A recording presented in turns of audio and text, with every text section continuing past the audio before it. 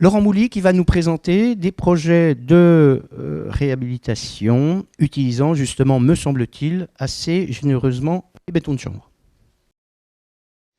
Bonjour, je vais démarrer tout de suite, sans attendre. Donc, moi, je suis ingénieur et architecte et donc je travaille au sein d'un petit bureau d'études qui s'appelle LM Ingénieur, dans lequel je suis associé à mon frère Grégoire qui est thermicien. Donc, moi, je suis plutôt constructeur, je suis à la base ingénieur structure et mon frère Grégoire, il est ingénieur en mécanique des fluides. Et donc, ensemble, on aborde la question de la matière sous un angle mixte, c'est-à-dire à la fois comment elle se tient, comment elle se porte, et en même temps comment est-ce qu'elle interagit avec l'environnement dans lequel on habite.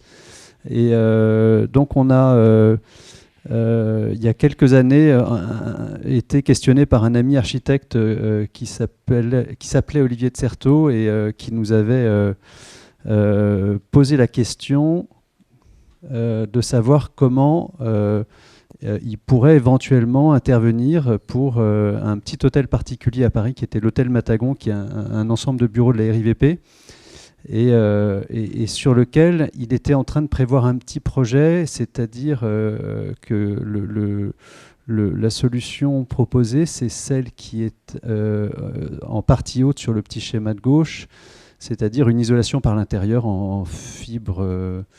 Non, c'est en polystyrène avec un BA13. Donc ça, c'était la solution du projet. Et il était un petit peu interrogatif par rapport à cette solution. Et du coup, il nous a demandé comment est-ce qu'il serait éventuellement intéressant d'intervenir pour peut-être mieux protéger ce bâtiment ancien.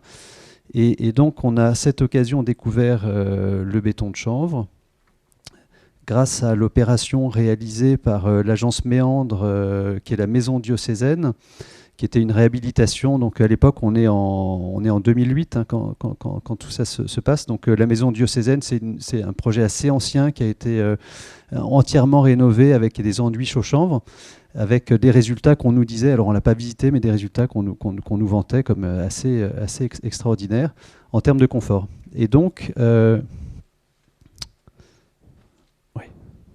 Et donc, on a proposé une petite variante qu'on a étudiée à cette époque-là, qui était donc de coupler, c'est le petit schéma du bas, de coupler un enduit isolant chaud-chanvre en ravalement extérieur avec un doublage isolant intérieur, chaud-chanvre aussi. Donc on est sur un complexe un peu différent, avec un peu d'isolation extérieure. Donc du coup, c'est relativement intéressant pour l'isolation des ponts thermiques. Et quand on compare les deux bilans thermiques de ces deux hypothèses, à gauche la solution de base et à droite l'alternative chaud-chanvre, vous avez chacune des colonnes qui correspond à une partie des déperditions. Donc la première colonne, c'est les parties opaques, et la colonne jaune qui va nous intéresser, c'est les ponts thermiques.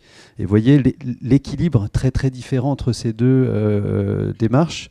Le fait de rajouter un petit peu d'isolant extérieur change nettement la donne. Et donc ça nous a fait une première introduction. Alors le chaud-chanvre, qu'est-ce que c'est plus précisément? C'est un matériau qui a une trentaine d'années d'existence en France, avec une filière qui est donc portée par Construire en Chanvre depuis une vingtaine d'années. Et par ailleurs, c'est un assemblage de fibres et de liants, et ces assemblages de fibres et de liants, ça reste des techniques qui sont finalement aussi très ancrées hein, dans les pratiques traditionnelles. Donc on peut associer chaux et chanvre de différentes manières. La chaîne vote, donc, qui est la paille du chanvre, et puis la chaux. On a donc des dosages que vous voyez figurer sur les deux petits schémas du bas. Soit on est avec très peu de liant et on va avoir beaucoup de vide et donc on sera plus isolant. C'est ce qu'on appelle le béton de chanvre. Soit à droite, on a plus de liant et là on est plutôt sur des mélanges de type enduit. Et donc on avait développé ça sur un premier projet réellement, parce que l'hôtel Matagon dont je vous ai parlé, c'est pas réalisé, mais donc rue de la Huchette, on a gagné un petit concours en 2008 avec Dumont et Legrand architectes pour la RIVP. Il s'agissait d'un petit bâtiment de logement avec donc sur cour un bâtiment de distribution. Et donc ce bâtiment de logement, on l'a réhabilité assez simplement en utilisant les principes qu'on avait mis en place sur l'étude de Matagon. Donc enduit isolant sur les façades en extérieur chaud chanvre, et puis doublage intérieur en béton de chanvre. Nous, ce qui nous intéressait, alors j'ai peu de temps, mais évidemment, quand on aborde un projet de bâti ancien comme ça, on a fait une phase de diagnostic très, très poussée. On a essayé de découvrir chaque partie de maçonnerie pour essayer de comprendre de quoi est-ce qu'elle était composée. Et quand on a vu ce bâtiment dont tous les planchers commençaient à s'affaisser, on a été assez soucieux de se dire... comment est-ce que notre intervention avec ce bâtiment qui avait, puisqu'on a retrouvé des traces sur des plans du 18e, donc ce bâtiment qui avait quand même 200 ans révolu, peut-être plus, comment est-ce que notre intervention, elle n'allait pas amorcer la ruine de ce bâtiment, parce qu'on parle de pathologie dans le bâti ancien, pathologie avec l'humidité dont Samuel a un petit peu parlé. C'est beaucoup de sinistres, et nous on était des jeunes ingénieurs à l'époque et architectes avec nos copains du Mont-le-Grand. Ça nous préoccupait un peu, hein. Donc du coup donc là on voit le bâtiment réalisé. Du coup, on a donc pris le parti d'utiliser le béton de chanvre, ce qui se prêtait très très bien par ailleurs à une intervention dans un site très contraint, parce qu'on avait une toute petite courette, un passage étroit qui nous amenait sur les quais de Seine en face de Notre-Dame. Et donc, on a pu mettre en place dans cette petite zone les deux machines qui permettent de projeter le chaud chanvre. Donc une cardeuse à gauche dans laquelle on met la chaîne vote, et là donc ils sont en train de passer du mélange recyclé, et puis à droite le coulis de chaud qui va enrober la chaîne vote dans la lance de projection. Ça donne du coup deux types de mélange. Donc on a à gauche le chaud chanvre qui est assez dense d'ailleurs là en chaud, et puis à droite c'est le corps d'enduit isolant qui utilise une chaux blanche un petit peu différente. Donc là c'est le corps d'enduit justement sur les murs extérieurs. Donc ces photos elles montrent un peu cette granulométrie un peu spécifique, hein, de ces enduits chaud chanvre. Et donc, cette intervention, elle nous intéresse parce que finalement, quand on fait des petits calculs comme ça de transfert thermique dans les murs, on s'aperçoit qu'entre une solution où on aurait juste appliqué un isolant intérieur, le fait d'avoir une intervention mixte intérieur-extérieur avec l'enduit isolant, sur le bâti ancien, on a un fonctionnement qui est relativement proche du fonctionnement d'origine dans la maçonnerie, c'est-à-dire on laisse pas la maçonnerie totalement froide, hein, il y a un petit peu de transfert un peu plus équilibré. Dans le détail, on a à gauche donc une coupe verticale et à droite une coupe horizontale sur une menuiserie. On voit simplement donc les 11 cm de enduit, 11 cm de doublage chaud chanvre intérieur avec 10 ou 15 mm d'enduit.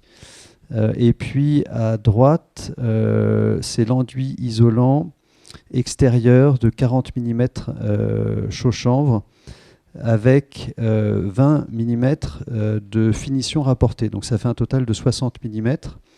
Et ce qui est intéressant sur la coupe horizontale à droite, c'est de voir comment on retourne l'enduit isolant jusqu'à la menuiserie et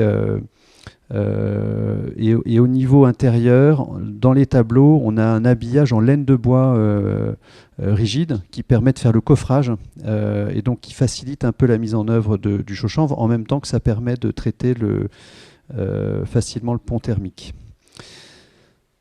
Donc le bilan thermique, je m'éternise pas, je vais vous raconter d'autres choses plutôt. Par contre, Il y a, avec ces interventions chaud-chanvre, donc avec le recours à des matériaux biosourcés, on arrive à quelque chose d'intéressant, je pense, sur les bilans carbone. Alors ça, c'est des bilans qui datent un peu parce que les projets ils datent et qu'on faisait nos bilans carbone en 2016. Pas tout à fait avec les mêmes normes qu'aujourd'hui. À l'époque, en 2016, on considérait que le chaud-chanvre pouvait capter du carbone, et donc dans le module D, on avait donc un bilan carbone négatif, hein, donc ça permettait de réduire très fortement les bilans carbone. Aujourd'hui, ça serait un petit peu différent. Mais ça reste malgré tout des matériaux à faible impact. Donc ce petit diagramme, il compare 3 situations. L'état initial, c'est-à-dire le bâtiment non rénové. Et donc en gris, vous avez les émissions qui sont liées à l'utilisation du bâtiment. Donc toutes les énergies consommées dans le bâtiment génèrent donc des émissions carbone. Le deuxième stade, c'est on se dit on fait une rénovation, alors on a marqué traditionnelle, mais il faudrait plutôt dire courante, avec des matériaux classiques, donc qui ne sont pas forcément des matériaux biosourcés, enfin pas du tout des matériaux biosourcés. Et troisième stade, on fait en plus un effort et on utilise des matériaux à faible impact. Ce qui nous intéresse, c'est que dans la progression, on pense que l'emploi de ces matériaux faiblement énergivores, en général, il faut se bagarrer un peu encore pour bien valoriser les bilans carbone. Hein. Le combat est loin d'être gagné, il y a beaucoup de chemin à faire. Mais malgré tout, ces matériaux, ils vont permettre de faire l'étape, je pense, qui est devant nous dans les gains de bilan global sur la construction. Et c'est évidemment l'objet de la RE 2020. Et donc, j'en viens à la troisième opération que je voulais vous présenter, qui était un peu l'objet de ce que m'avait demandé le CAUE. C'est une petite opération donc, qui est encore réalisée avec Dumont et Legrand, architecte à Brunoy, dans l'Essonne, au sud de Paris, pour Habitat et Humanisme. Donc maître d'ouvrage plutôt très social. Et donc, on a réhabilité un petit immeuble de logement. Donc là, vous voyez les bilans financiers, et on est à peu près à 3 000 euros un peu plus de 3 000 euros de coût de construction. Donc c'est assez cher, hein, mais vous allez voir que c'est une grosse réhabilitation. Donc on est dans un tissu très dense à Brunoy, avec un immeuble, un petit bâtiment de logement R+2+ comble, en très mauvais état, pour lequel on a dû donc intervenir finalement en faisant assez peu de choses, si ce n'est simplement le remettre en état. Mais la remise en état, elle a comporté beaucoup d'interventions à l'intérieur, puisqu'on a gardé que les murs extérieurs. Au final, le bâtiment, il ressemble à ce qu'il était avant, pratiquement. Alors, vous voyez là les plans état existant, on voit que c'est plutôt des très gros murs qui, par endroits, faisaient un peu plus d'1 mètre d'épaisseur. Et à l'intérieur, c'était une construction avec quelques éléments porteurs en bois et des planchers en solivage bois, mais beaucoup trop légers pour être conservés. Donc on a dû intégralement déposer. On a réaménagé l'ensemble en recréant des structures avec une nouvelle distribution. Donc le bâtiment a été sensiblement amélioré dans ses usages. Et puis on a reconstruit, donc ça c'est les plans, la coupe architecte, on a reconstruit tous les planchers, donc du coup on a réajusté un petit peu les hauteurs d'étage, ce qui a permis d'améliorer le confort des différents niveaux, notamment au dernier. Et là on voit sur les plans de structure donc l'ensemble des structures intérieures porteuses à gauche dans le plan, à droite dans le plan, et puis en coupe les planchers qui sont tous en solivage bois et structure métallique porteuse primaire. Donc ça c'est état existant.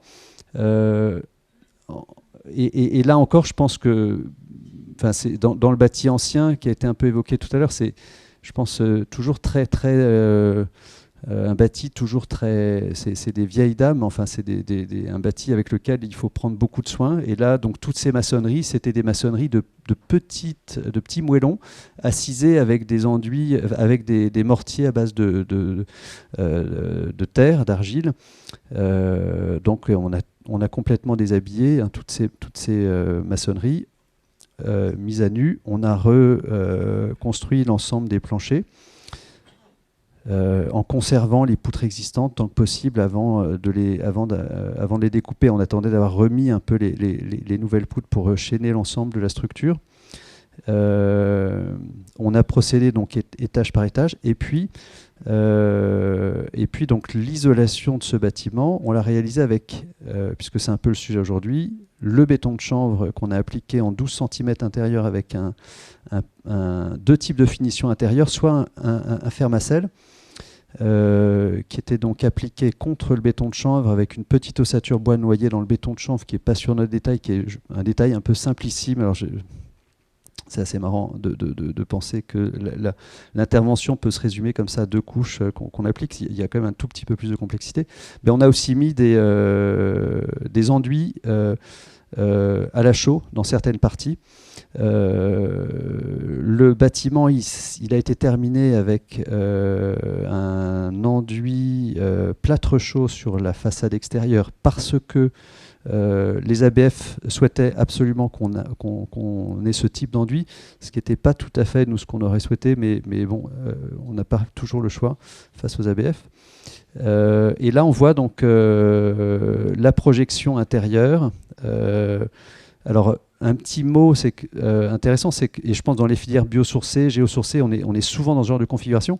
L'entreprise, là, a fait son premier chantier chanvre avec nous. Donc elle s'est formée, vous voyez sur le chantier de dos, c'est Gérard Lenain qui est formateur construire en chanvre et qui a donc formé l'entreprise en même temps qu'il les a un peu suppléés dans la mise en œuvre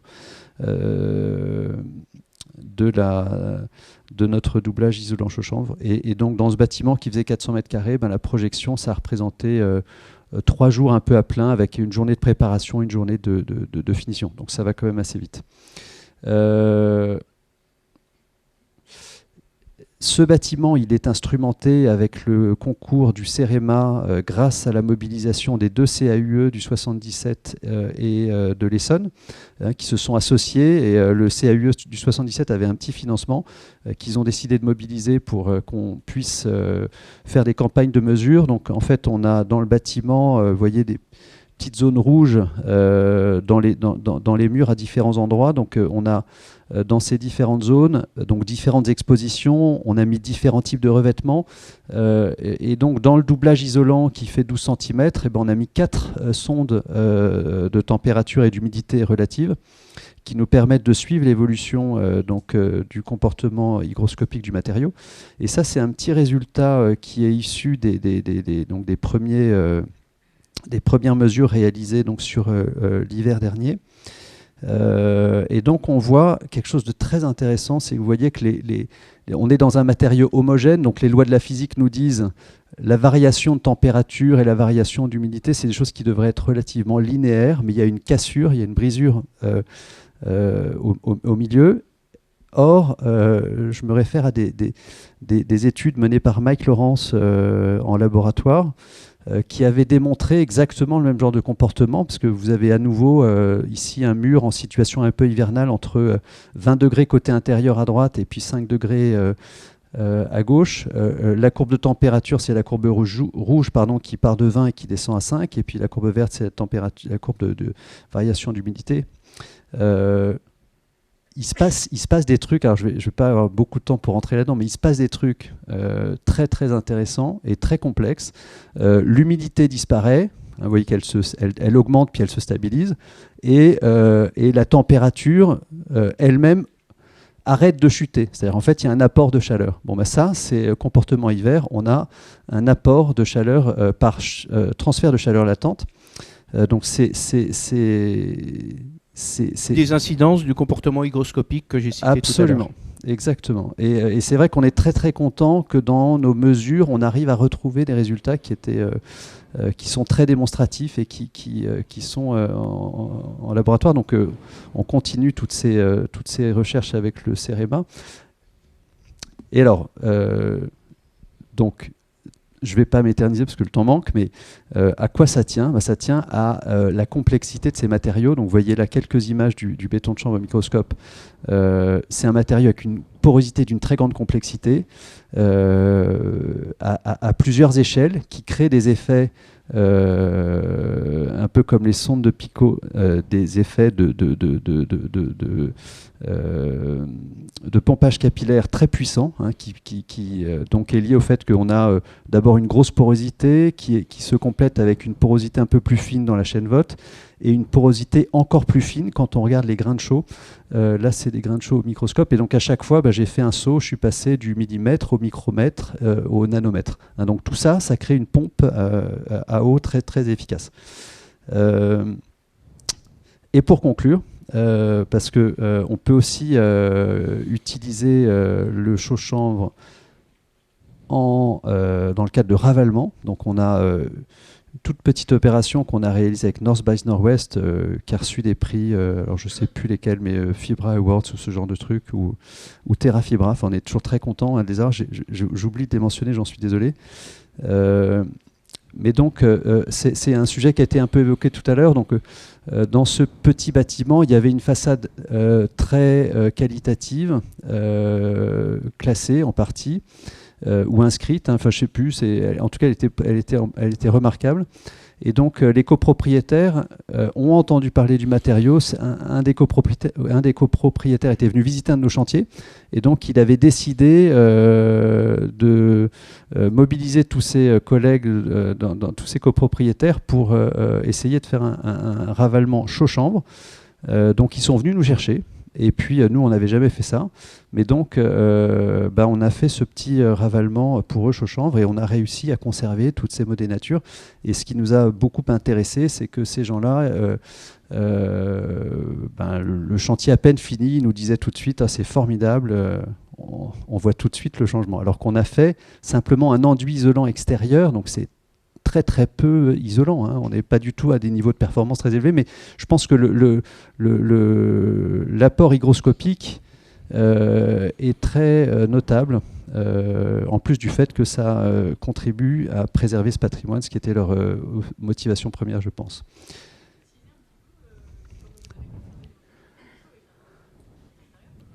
Alors simplement, quelle est l'épaisseur de l'enduit? Donc ça donnera réponse à... J'ai des petites... du coup, je ne peux pas vous raconter tout ça en détail, mais on a quand même mis 8 cm d'enduit chaud-chanvre pour partie, et 2 cm de finition, donc c'est quand même un peu épais. Mais on avait donc, vous voyez quelques photos, on a gratté toute la maçonnerie, et là où on avait les modées nature, on les avait conservés tout simplement, accrochés, et donc ces parties-là, elles ne sont pas isolées, hein, ça aurait été un peu compliqué. Voilà. Mais globalement, ça fait un effet qui était relativement bon. Merci, malgré le... Voilà. Le timing serré, toujours.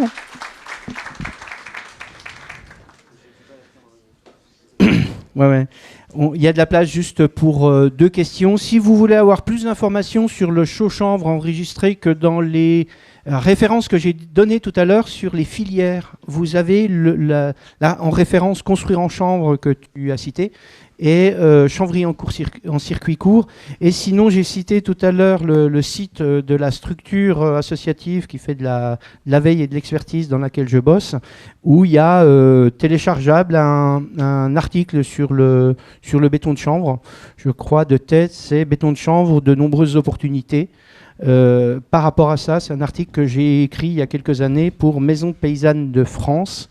Et tu citais l'antériorité, effectivement, le béton de chanvre a 31 ou 32 ans maintenant. Voilà, le premier bâtiment sur lequel je suis intervenu, c'était dans le sud de Drôme, c'était dans le 9, et on a découvert beaucoup de choses depuis. 2 questions. Ah, une question là-bas au fond.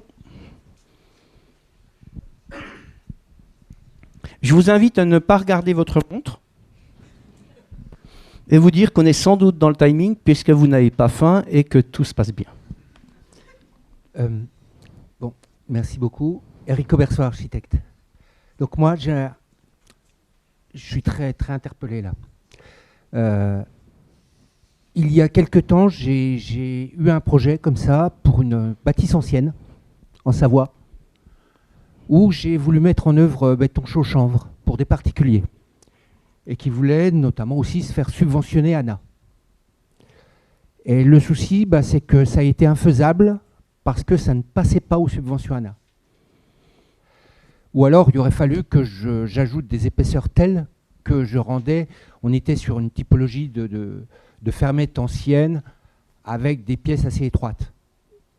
Et je devais aussi bien travailler en extérieur qu'en intérieur, mais fallait malgré tout équilibrer les choses. Enfin, je ne vais pas vous passer le détail, mais toujours est-il que ça ne passait pas.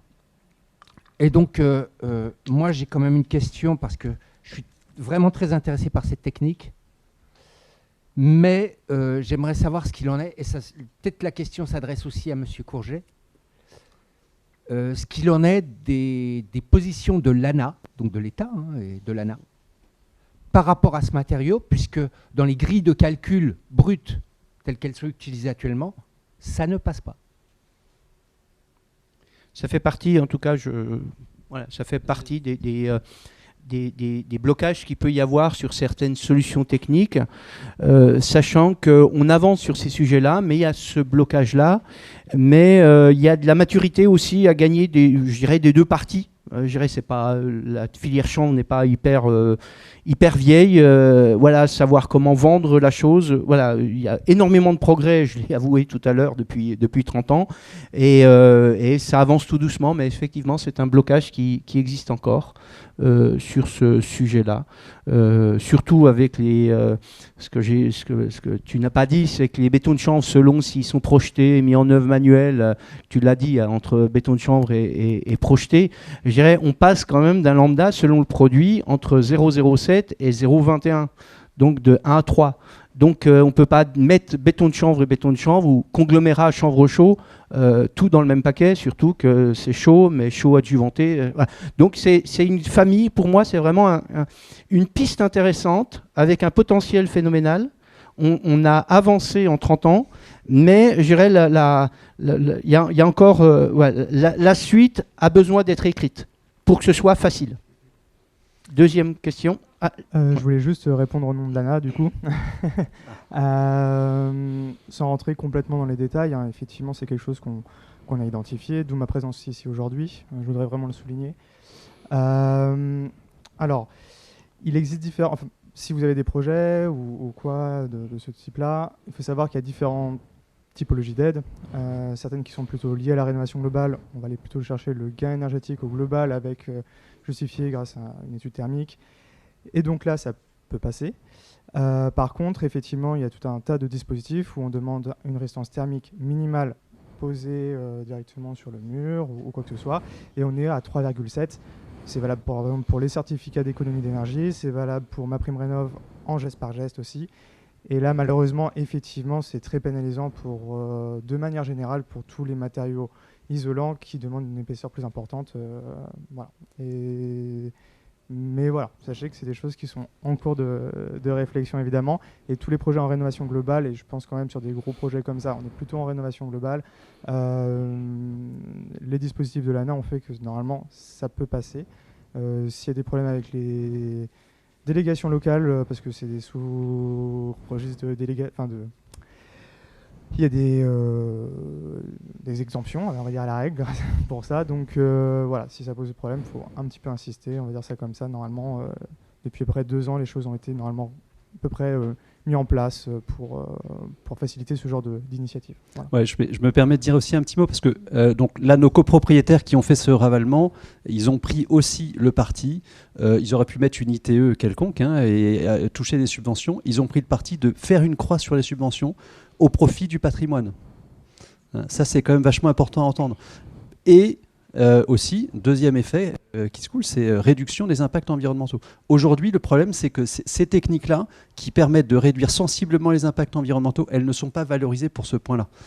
Et il faudrait qu'on puisse équilibrer les choses, non pas en bilan global uniquement thermique, mais il faudrait qu'on puisse valoriser ça en bilan global carbone. Et là, peut-être que ces solutions, elles passeraient. Mais elles passeront jamais avec un R de 3,5.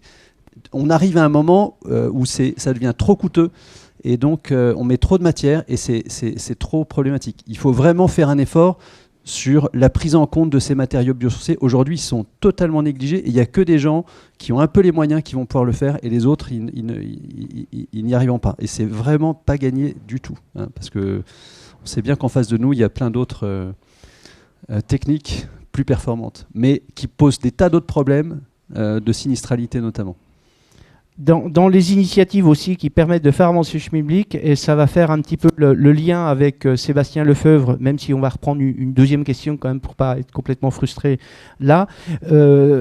J'ai participé avec Effinergie à un projet de label expérimental Effinergie Patrimoine qui a pour objectif justement de faciliter pour les bâtiments complexes, pour des raisons patrimoniales, l'accès à un label, c'est-à-dire amener un peu plus de souplesse par rapport à ça. Donc c'est en réflexion, c'est-à-dire que la situation de blocage que vous avez repérée, vous avez déjà eu une première réponse de l'ANA en disant c'est pas blocage dans toutes les situations, hein, et on est en train d'avancer, mais je dirais on bouscule pas une montagne comme ça, quoi. Donc ça avance dans le bon sens.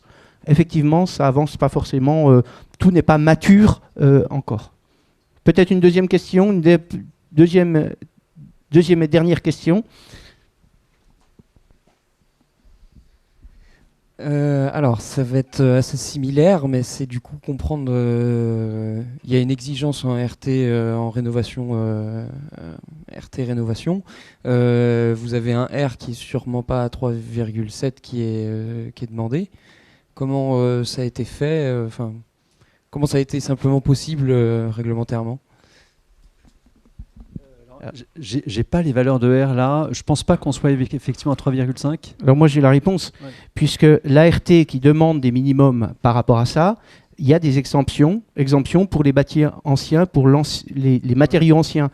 Et 99,9%, parce qu'il faut quand même se garder une petite possibilité, mais des bétons de chanvre sont faits sur des matériaux anciens. Donc le R minimum pour être réglementaire ne s'applique pas aux murs sur lesquels le béton de chanvre est posé. Oui, et puis on est à chaque fois dans des cas de RT par élément. Il n'y a pas de RT global en fait. Hein, Oui, mais il faisait référence à la RT par élément, où le R minimum, à partir du moment où on fait une isolation, un R minimum est demandé, mais à l'exemption des bâtiments classés ou des murs ou sols avec des techniques anciennes. Et là, on est dans le cas.